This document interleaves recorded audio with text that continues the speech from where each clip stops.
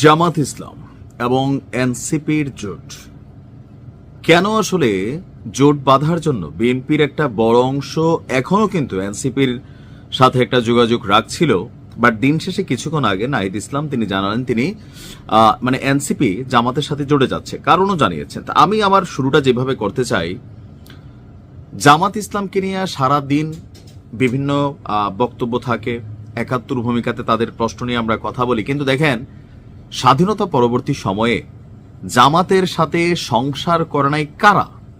আওয়ামী লীগ সংসার করছে না? করছে। কিন্তু বিএনপি দীর্ঘদিন সংসার করছে, দীর্ঘদিন। এখন এই যে স্বাধীনতা পরবর্তী সময়ে জামাতের রাজনীতিতে আওয়ামী লীগের সাপোর্টিং ভূমিকা অথবা আওয়ামী লীগকে জামাতের সাপোর্টিং ভূমিকা, তখন কিন্তু এত প্রশ্ন ওঠে নাই।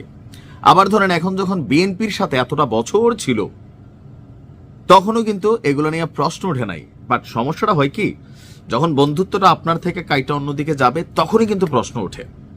এখন জামাত যদি এতটাই খারাপ হইতো, তা আওয়ামী লীগ কেন জামাতের সাথে সংসার করছিল, বন্ধুত্ব করছিল, জোট করছিল? করছে কিনা এগুলো তো ইতিহাস সাক্ষী। বিএনপি কেন করছিল? মেইন কারণটা হচ্ছে বিএনপি এবং জামাত এই মুহূর্তে ক্ষমতায় যাবার জন্য যে দুইটা দল প্রতিদ্বন্দ্বিতায় লিপ্ত হয়েছে, এর মধ্যে জামাত এবং বিএনপি। মাঠে আওয়ামী লীগ থাকলে এই জামাতই বিএনপির লেজে থাকতো, অথবা বিএনপি জামাতকে গলায় জড়াই রাখতো, জাতীয় পার্টি চলে যেত আওয়ামী লীগে। এটা যদি আওয়ামী লীগ নির্বাচনে থাকতো। এখন যেহেতু মাঠে আওয়ামী লীগ নাই, জামাত এবং বিএনপির মধ্যে লড়াই, তো সুতরাং এখানে জামাত এখন প্রধান একটা স্টেক হোল্ডার হিসাবে বাকি যে জোটগুলো আছে, যাদের একটা মিনিমাম ভোট বাক্স আছে, তাদেরকে টানার চেষ্টা করছে। বিএনপি যেমন গণ অধিকার পরিষদ দলের নুরুকে, তারপর হচ্ছে রাশেদকে নিয়ে আনিছে, আমজনতার তারেকও টেকনিক্যালি এখানেই কানেক্ট হচ্ছে, বা আরো কয়েকটা ইসলামিক সমমনা দলকে তারা তাদের আসন ছেড়েছে। এনসিপির সাথেও তাদের যোগাযোগ ছিল, বাট এনসিপি নিজেদের ওজনের তুলনায় অতিরিক্ত চায়। বাচ্চা বয়স তো মনে করলেন খাইতে পারবো 1 প্লেট চায়, এরা 10 প্লেট। তো বিএনপি মনে করছে না ভাই। আবার এনসিপির বিভিন্ন বক্তব্য বা এনসিপি কে প্রো জামাত যেই একটা বক্তব্য, বা এখন আমরা বিভিন্ন সময় এনসিপির যারা নেতা নেত্রী আছেন, যারা মাত্র পদত্যাগ করেছেন, তারা যে সকল তথ্য ফাঁস করতেছেন, এগুলো তো ভয়ঙ্কর। ভবিষ্যতে তো বিপদে পড়বে ভাই এনসিপির এই পোলাপাইনগুলো। যাই হোক, এখন এত কিছুর পরে কেন জামাতকে আসলে এনসিপি বেছে নিল? প্রো বি টিম নাকি আসলে অন্য কোনো কারণ? আজকে যে সংবাদ সম্মেলন ছিল, সেখানে জাতীয় নাগরিক পার্টির আহ্বায়ক নাহিদ ইসলাম বলছিলেন, নির্বাচন সুষ্ঠু করার জন্য এবং বৃহত্তর ঐক্যের স্বার্থে জামাত সহ সমমনা 8 দলের সঙ্গে আমরা নির্বাচনে অংশ নেব বলে সিদ্ধান্ত নিয়েছি। তবে এখানে কিছু বিষয় আছে। আমরা যতটুকু তথ্যসূত্র জানি, জামাত তাদের প্রত্যেক আসনে এমপিদের পিছনে 1.5 কোটি টাকা খরচ করবে। কত টাকা? 1.5 কোটি টাকা। তবে জামাতের সাথে নির্বাচনে গিয়া এনসিপির পোলাপাইনে একটা বিপদে পড়তে পারে। কোনটা? জামাত কিন্তু ঘোষণা দিয়েছে, তারা যদি পাশ করে 330 জন এমপি বা 300 এমপি, তারা কিন্তু রাষ্ট্রীয় কোনো সুযোগ সুবিধা নেবে না।